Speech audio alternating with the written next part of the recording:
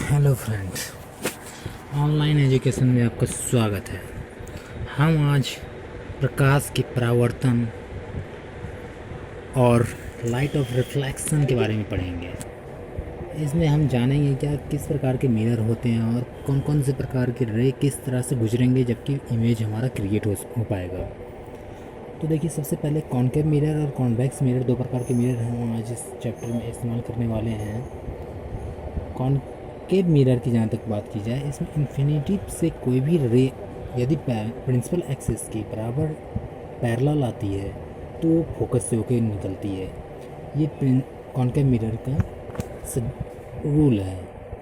और convex mirror में भी इसी प्रकार के रूल हैं, लेकिन इसमें कुछ उल्टे हैं। जैसे कि इसमें इन्फिनिटी से यदि कोई रे कॉन्वेक्स मिरर पे टकराती है तो वो वापस इन्फिनिटी की ओर चली जाती है, लेकिन वो फोकस की ओर जाती हुई प्रतीत होती है।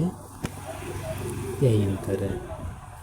इसके बाद हम कॉन्केव मिरर और कॉन्वेक्स मिरर के रे को देख रहे हैं, और हम यहाँ पर भी देख रहे हैं क्या किस प्रकार कॉन्केव मिरर में प्रिंसिपल एक्सिस के इक्वल कोई रे यदि आती है तो फोकस से होकर निकल जाती है, और लेकिन कॉन्वेक्स मिरर में फोकस में जाके मिलती प्रतीत होती है। इसी प्रकार कॉन्केव मिरर में यदि कोई रे सेंटर ऑफ कर्वेचर से होकर गुजरती है तो वो उसी रास्ते वापस भी चली जाती है, और कॉन्वेक्स मिरर में सेंटर ऑफ कर्वेचर से यदि कोई रे गुजरती है तो वो सेंटर ऑफ कर्वेचर तरफ मिलती हुई प्रतीत होती है, और वह रे उसी रास्ते वापस भी चली जाती है। इसके आगे हम एक चार्ट देख रहे हैं।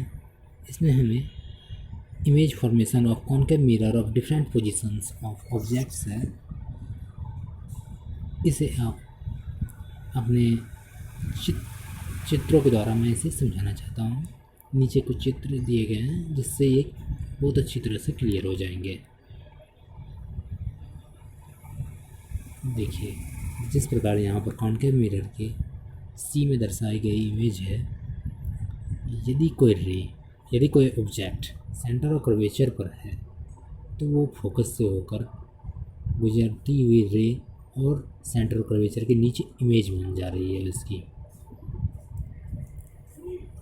इसी प्रकार यह रूल क्रिएट हो जाती है कि यदि कोई ऑब्जेक्ट सेंटर ऑफ कर्वेचर पर है तो वो सेंटर ऑफ कर्वेचर के नीचे, या हम कह सकते हैं कि वो नीचे उल्टी इमेज बनेगी और सेम साइज की बनेगी।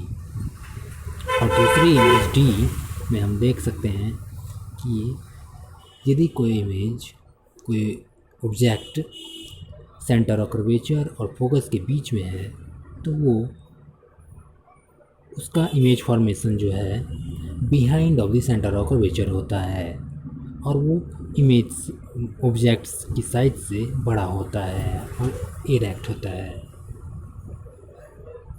इसी प्रकार ई की इमेज में हम देख सकते हैं कि यदि कोई ऑब्जेक्ट फोकस पे होती है तो उसका इमेज फॉर्मेशन इन्फिनिटी में होता है, और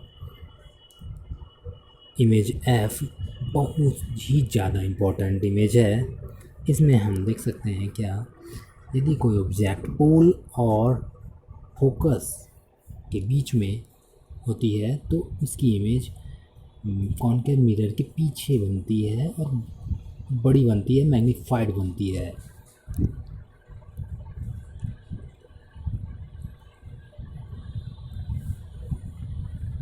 यहाँ पर आप देख सकते हैं क्या, जब भी कोई रे हमारे इन्फिनिटी से आती है तो वो फोकस से ही होके गुजरती है, और प्रिंसिपल एक्सिस के बराबर आने पर ये भी एक रूल में था। और यदि कोई image centre curvature of behind of the centre of curvature है तो उसका इमेज फॉर्मेशन जो है फोकस और सेंटर कर्वेचर के बीच में होगा और छोटा होगा इमेज की ऑब्जेक्ट की साइड से।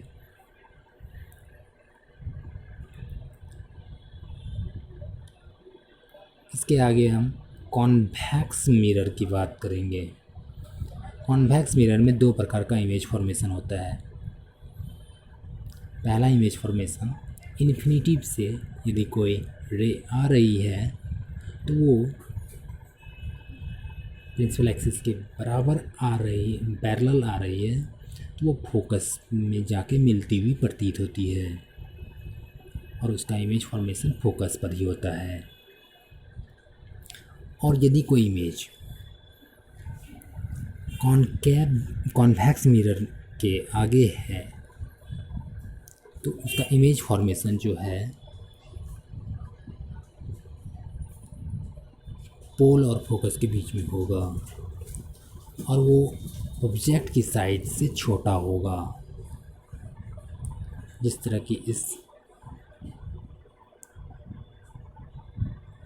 टेबल में दर्शाया गया है।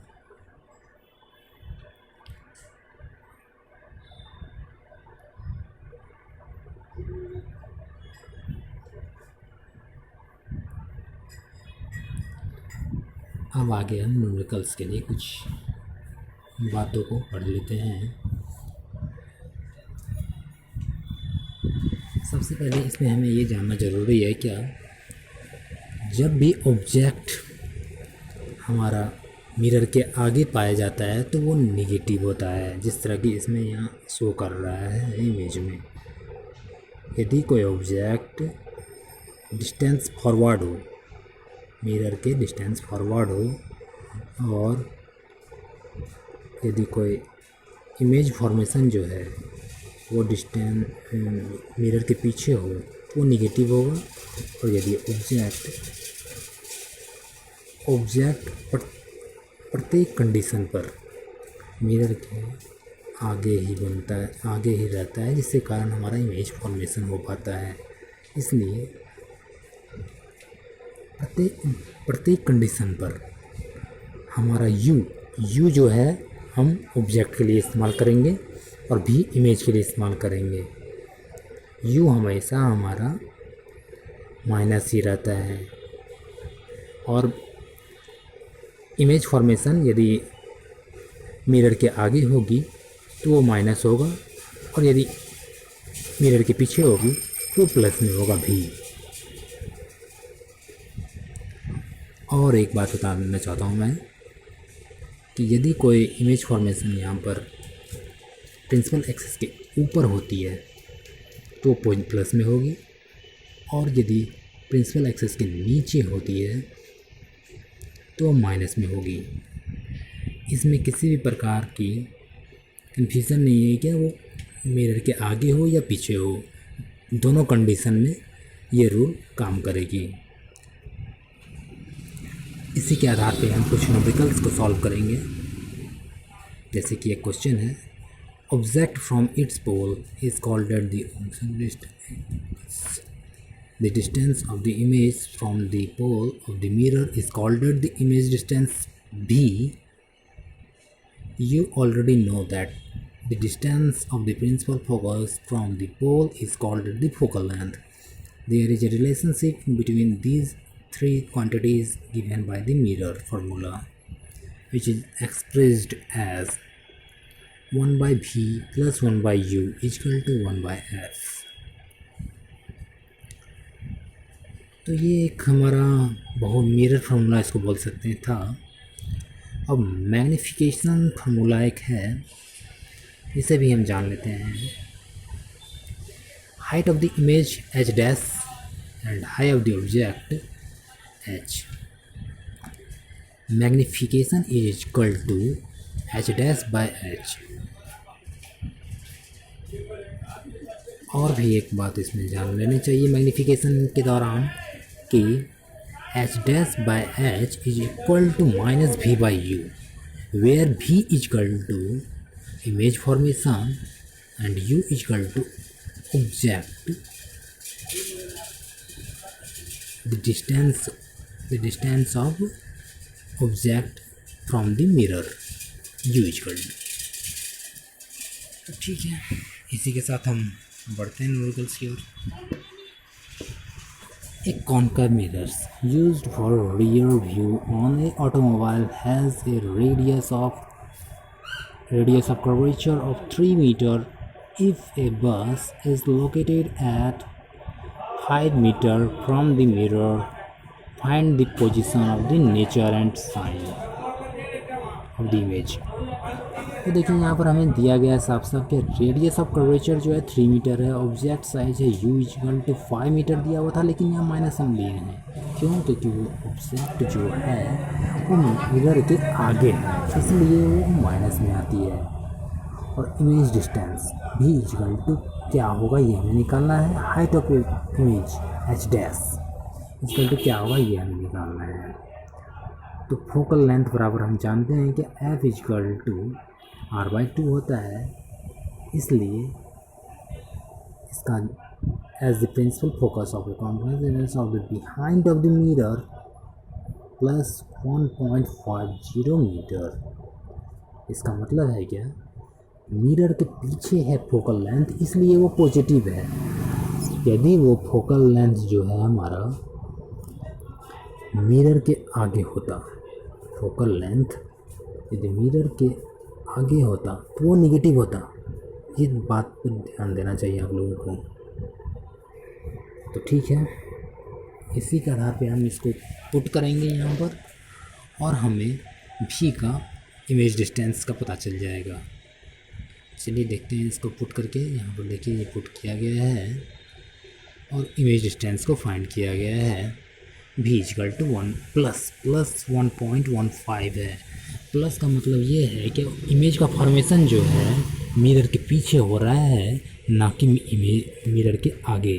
यदि यही प्लस की जगह माइनस होता तो हम समझ जाते हैं क्या ये इमेज का फॉर्मेशन जो है वो मिरर के आगे हो रहा है, ना कि मिरर के पीछे। ठीक है, इसी अनुसार हमें भी मिल गया और यू मिल गया। यू तो क्वेश्चन में दिया हुआ ही था, यू क्वेश्चन में दिया हुआ ही था और भी हम फाइंड कर लिए। और इसी के आधार पे हम यहाँ पर इसको पुट कर देंगे और पुट करने के बाद हमें पता चल गया कि यू जो है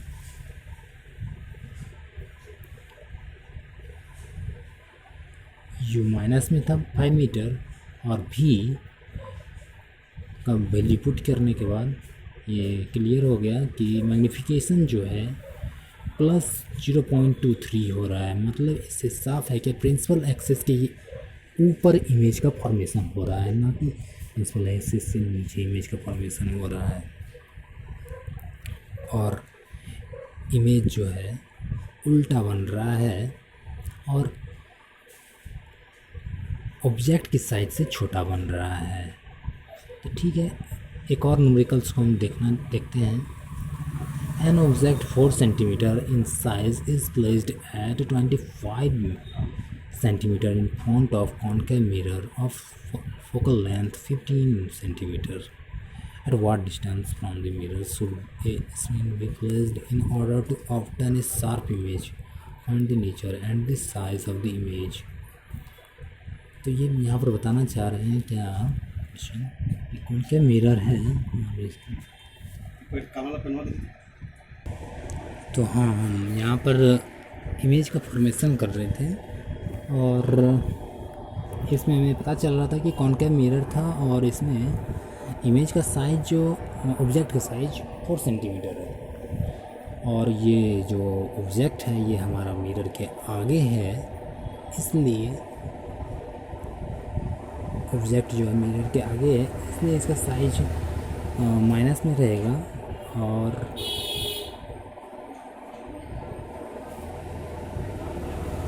और यहाँ पर हम ये देख सकते हैं कि ये 25 सेंटीमीटर दूर जो है ऑब्जेक्ट माइनस 25 सेंटीमीटर है और इमेज का साइज जो है वो 4 सेंटीमीटर है। यहाँ पर मैं देख रहा हूँ कि 4 सेंटीमीटर इमेज का साइज है और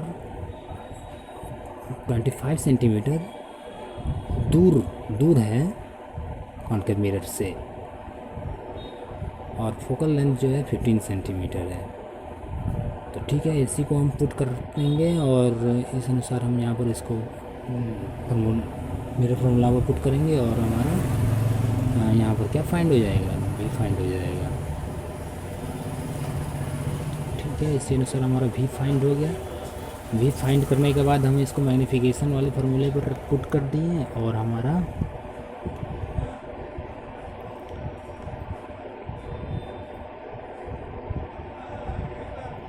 एच डैश भी फाइंड हो गया। यहाँ पर एच डैश को हम कह सकते हैं क्या, image of this size of the image. ठीक है दोस्तों, फिर कल मैं रिफ्रैक्शन के बारे में पढ़ाऊँगा, तो आप लाइक शेयर एंड सब्सक्राइब इसको कर दीजिएगा। ठीक है।